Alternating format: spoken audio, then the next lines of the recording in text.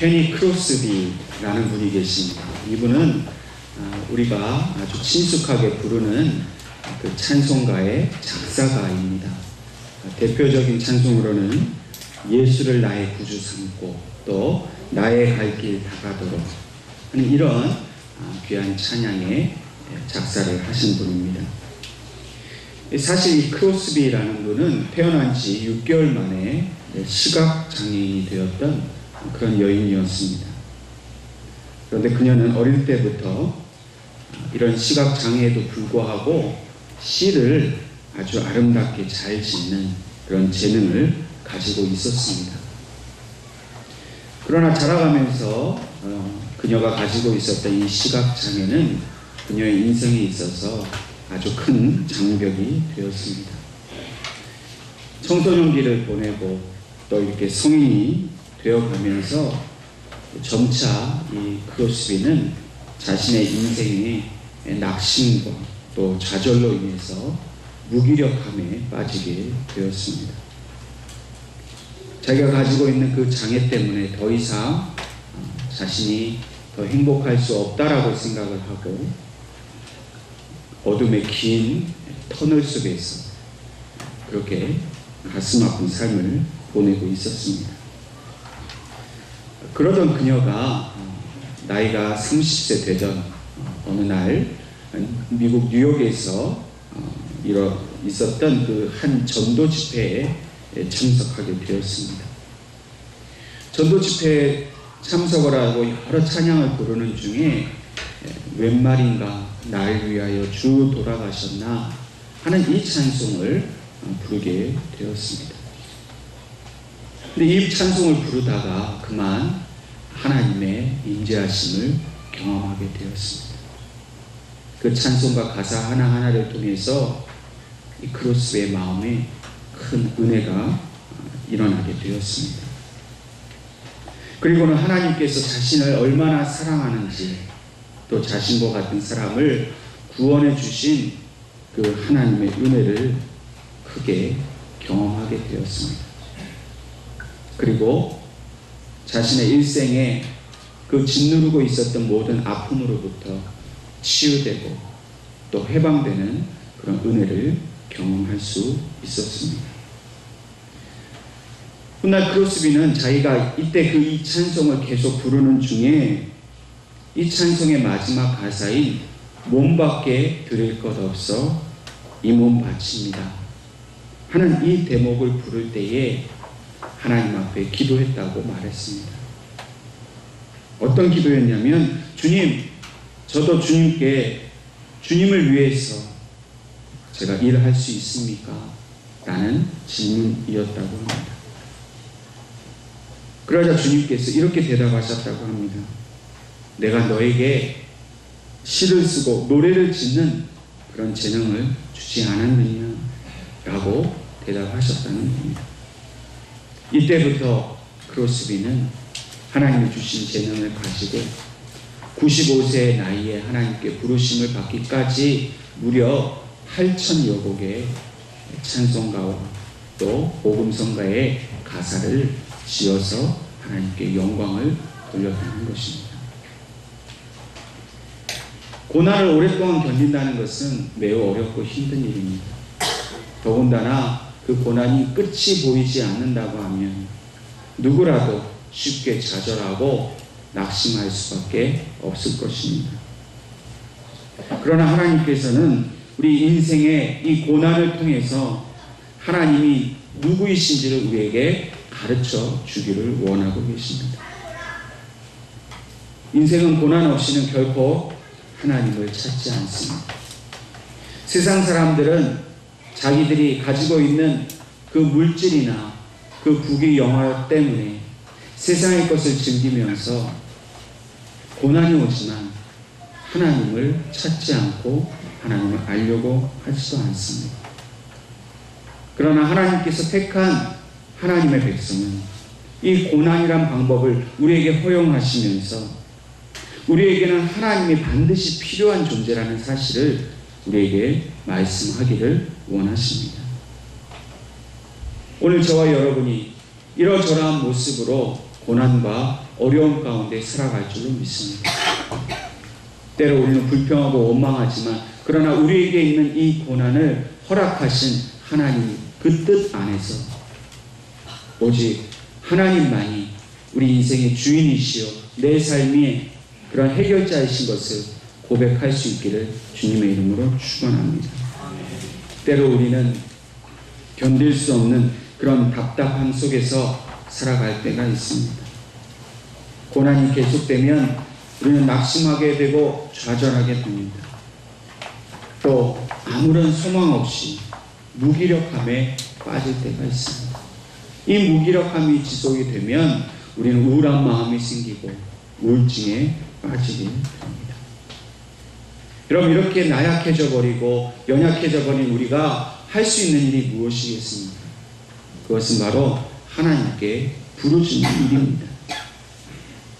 물론 어떤 분에게는 이렇게 하나님께 부르짖는 힘조차도 없어서 넋을 잃고 하나님께 기도한다고 앉아있지만 기도를 하는 건지 아니면 신세 한탄을 하는 건지 원망 반 체념 반 그렇게 기도의 자리에 나아갈 때가 있습니다.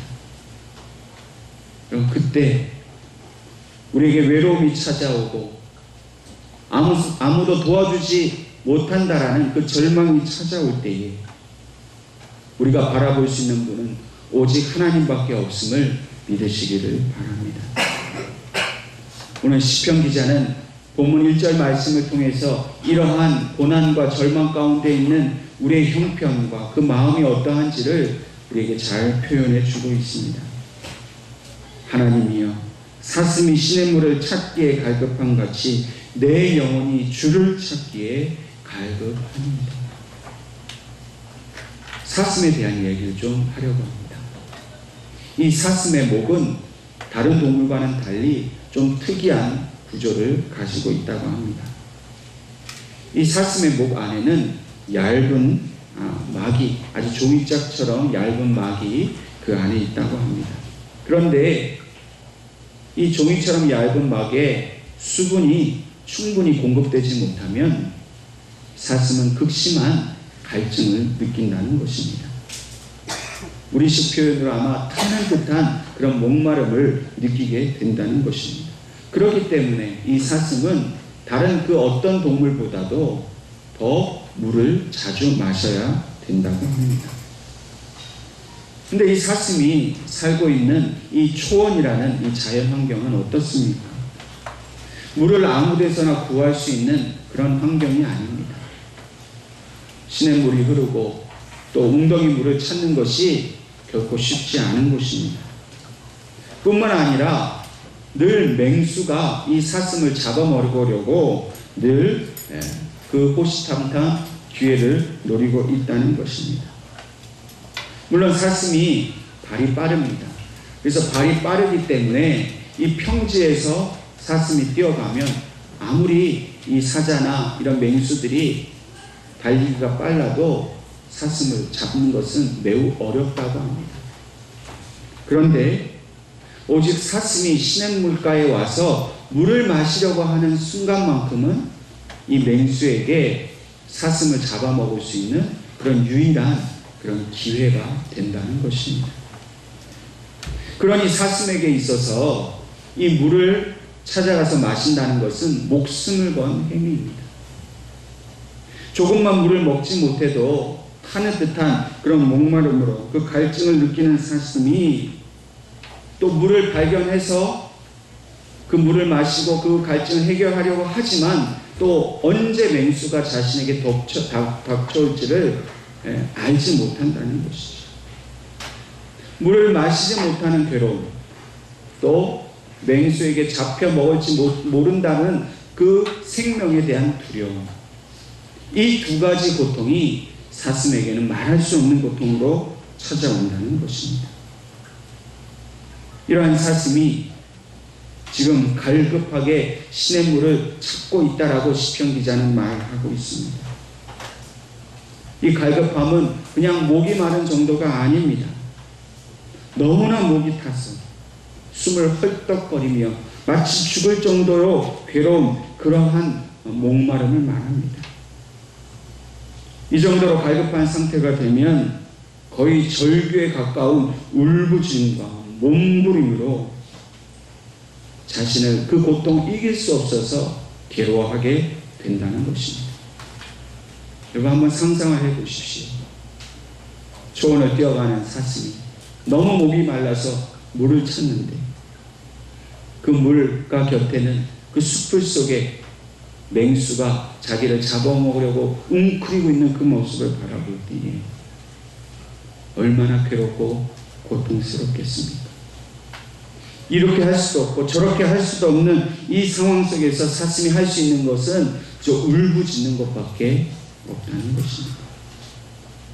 시편 기자는 사슴의 이 울부짖는 모습이 마치 자신의 모습과 같다라고 그는 고백하고 있습니다. 이 시편 기자의 영혼이 너무나 갈급해서 하나님에 대한 그 갈증을 풀고 싶은데, 그 하나님이 주신 은혜를 마시고 싶은데 마실 수도 없고, 악한 마귀 원수가 자기를 삼키려고 호시탐탐 공격해오는 그 상황 속에서 아무것도 할 수 없는 그 괴로움과 고통을 이 시편 기자는 오늘 우리 말씀을 통해서 우리에게 고백하고 있는 것입니다. 오늘 우리의 모습은 어떻습니까? 우리도 어쩌면 이 시편 기자와 같이 타는 듯한 목마름으로 살아가고 있습니다. 때로는 물질이 너무나도 어렵고 힘들어서 그 물질에 대한 목마름이 있습니다. 자녀로 인해서, 또 관계로 인해서 너무나 괴롭고 고통스러워서 누가 나 좀 시원하게 물 좀 마시게 해서 이 목마름으로부터 해결해 주면 좋겠는데 아무도 마실 물을 주지 않는다는 생각이 들 때 얼마나 좌절스럽고 힘들겠습니까? 사람에게 위로를 받고 싶고 또 치유받고 싶고 회복되고 싶지만 그렇게 하지 못하는 사람이 얼마나 괴롭습니까? 오늘 하나님께서는 우리의 목마름을 잘 알고 계십니다. 우리 인생의 그 괴로움을 잘 알고 계십니다. 그러나 우리 육신의 그 목마름, 우리 인생의 목마름, 그것을 해결할 수 있는 것은 세상의 것이 아니라 하나님을 만나는 것임을 우리에게 분명 말씀해 주고 있습니다. 오늘 본문 2절의 말씀처럼 우리의 목마름의 대상, 정말로 우리가 갈급해야 되는 것은 세상의 물질이나 권세가 아니라 오직 하나님이신 것을 우리에게 말씀해 주고 있습니다. 우리가 겪는 그 고난과 어려움 속에서 우리가 정말로 찾아야 하는 분은 바로 하나님이십니다. 우리에게 물질이 부족하거나 또한 상처와 불안과 염려에 빠지는 것 자체가 우리에게 있어서는 큰 문제입니다. 정말 해결해야 될 문제입니다. 그러나 더 큰 문제는 그 모든 문제를 해결하시는 하나님을 만나지 못하는 것이 더 큰 문제입니다. 하나님을 만나기만 하면 우리 인생의 문제는 분명히 해결될 수 있습니다. 우리 힘으로 돈 문제, 건강의 문제, 세상의 문제 해결하려고 하지만 하나님이 개입하지 않으면 결코 그 문제는 영원히 해결할 수 없습니다. 잠시는 해결할 수 있겠지. 일시적으로는 해결할 수 있겠지. 그러나 영원한 문제 해결자이신 하나님을 통하지 않고서는 우리는 이 문제로부터 자유할 수가 없다는 것입니다. 바닷물은 마시면 마실수록 더욱더 갈증에 빠집니다. 지구상을 뒤덮고 있는 이 바닷물이 많은 것 같지만 그 물을 마시면 우리는 죽습니다. 오직 생명의 물을 마셔야 합니다. 그런데 세상 사람들은 자꾸만 바닷물을 마시면서도 나는 괴롭다 말을 합니다. 참으로 어리석은 일입니다. 세상에 주는 만족과 세상에 주는 기쁨을 얻으려고 계속해서 세상의 것을 추구하고 세상의 것을 갈망해 보지만 그것을 통해서 채워지는 것이 아니라 오히려 그들의 영혼이 메말라 죽어가게 되는 것입니다. 오늘 우리들에게는 비록 세상의 것이 우리의 갈증을 채울 만큼 만족스럽지 않다 하더라도 하나님을 우리의 삶에 채우고 또 채우면 우리는 결코 목마르지 아니하고 영원한 생명의 물을 마시며 영생의 소망을 가지게 된다는 것입니다.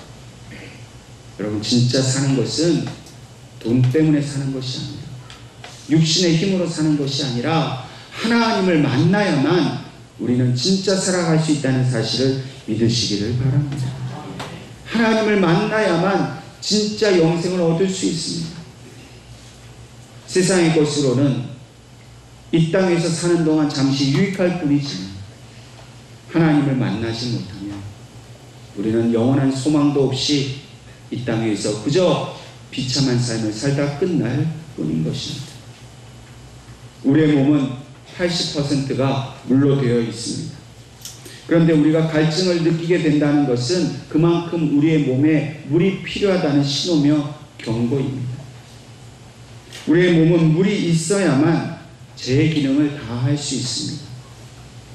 우리 몸에 이 세포가 죽고 다시 새로운 세포를 만들어낼 때에도 물이 반드시 필요합니다. 혈액을 운반하는 일, 또 근육을 움직이게 하는 힘, 관절을 움직이게 하고 생각하게 하고 우리가 살아가는 그 모든 육신을 움직이는 힘은 오직 물이 있어야만 가능한 일이라고 합니다. 마찬가지입니다. 우리의 육신도 물이 있어야 움직이듯이 우리의 영혼도 하나님이 주시는 생명의 물이 있어야만 우리의 영혼이 건강해질 수 있습니다. 병들지 않습니다. 힘있게 살아갈 수가 있다는 것입니다. 성경은 우리의 영혼을 위한 이 물이 바로 예수 그리스도라고 말씀하고 계십니다. 주님은 우리에게 말씀하십니다. 누구든지 목마르거든 내게로 와서 마시라. 오늘 저와 여러분은 우리의 영혼의 생명의 물이 되시는 예수님 앞으로 날마다 나아가서 그분을 마실 수 있기를 간절히 바랍니다. 그래야 우리 영혼이 삽니다. 그래야 하나님이 약속하신 영원한 생명의 삶을 살아갈 수 있습니다. 여러분, 이 땅에서 삶만 살다가 죄 가운데 죽으면 우리에게 무슨 유익이 있겠습니까? 비록 고난이 많고 환난이 많지만 그러나 저 하늘나라에 예배하신 저 영원한 삶을 우리에게 주시려고 하나님은 예수 그리스도를 우리에게 생수로 보내주셨습니다. 그분을 마시십시오. 이 땅의 것에 목말라서 세상 것 추구해봐야 결국 죽습니다. 예수 그리스도를 삶에 모시고 그 영혼의 그 생명으로 모시는 사람은 결코 목마르지 아니하고 영원한 하나님 나라를 살 수 있게 되었다는 것을 믿으시기를 간절히 바랍니다. 예수의 영이 우리에게 있지 않으면 우리는 결코 하나님을 만날 수 없습니다. 광야에서 하나님께서는 그 물을 찾고 있는 이스라엘 백성들에게 엘림의 12샘을 준비하셔서 그들을 마시게 하셨습니다. 목말라서 불평하고 원망할 때마다 반석에서 샘물을 내어주셨습니다. 하나님을 배신한 백성이었습니다. 송아지 우상을 세워놓고 하나님의 이름을 모욕하였습니다. 차라리 애굽에서 우리가 나오지 말았어야 된다고 후회하였던 목이 곧은 백성이었습니다. 그런데 그 백성을 하나님 죽이시지 않고 대신해서 그들에게 물을 먹여주셨습니다. 그것도 풍족하게 먹이셔서 부족함이 없도록 하여 주셨습니다. 왜 그렇게 하셨을까요? 오직 여호와 하나님만이 저들의 목마름을 해결해 주시는 분이신 것을 하나님이 알게 하시려고 그들의 목마름 속에 하나님은 물을 주셨던 것입니다. 여러분, 오늘 우리 인생도 마찬가지입니다. 고난 가운데 하나님이 주신 은혜를 사모하십시오. 우리의 고난, 우리의 인생을 해결하고 참된 것으로 구원해 주실 분은 하나님밖에 계시지 않습니다. 오늘도 저와 여러분이 하나님을 갈망하면서 그 하나님을 바라볼 때에 예수 그리스도를 통해서 영원히 목마르지 않은 생명의 물을 주실 줄로 믿습니다. 그러므로 이 물을 마셔야만 살 수 있다는 것을 깨닫게 된 시편 기자는 오늘 5절 말씀을 통해서 이렇게 고백하고 있습니다. 내 영혼아, 내가 어찌하여 낙심하며 어찌하여 내 속에서 불안해하는가? 너는 하나님께 소망을 두라. 여러분, 우리에게 낙심할 일이 있습니다. 불안해하는 일이 있습니다. 이 시편 기자도 그런 낙심과 불안을 고백하고 있습니다. 근데 이 낙심이란 말은 무슨 뜻입니까? 그 본래 의미를 보면 고개를 숙인다는 뜻입니다. 여러분, 화초에 물을 오랫동안 주지 않으면 그 화초가 어떻게 됩니까? 화초가 그 잎이 축 늘어집니다. 고개를 숙이게 됩니다. 오늘 우리들도 낙심이 너무 커서 고개를 숙이고 살아가지는 않습니까? 여러분, 고개를 숙이면 문제밖에 보이지 않습니다. 바닥밖에 보이지 않습니다. 그러나 고개를 들고 하늘을 향해 보면 하나님이 주시는 소망을 볼 수 있습니다. 여러분, 기도하실 때 의도적으로라도 고개를 한번 들고 기도해 보십시오.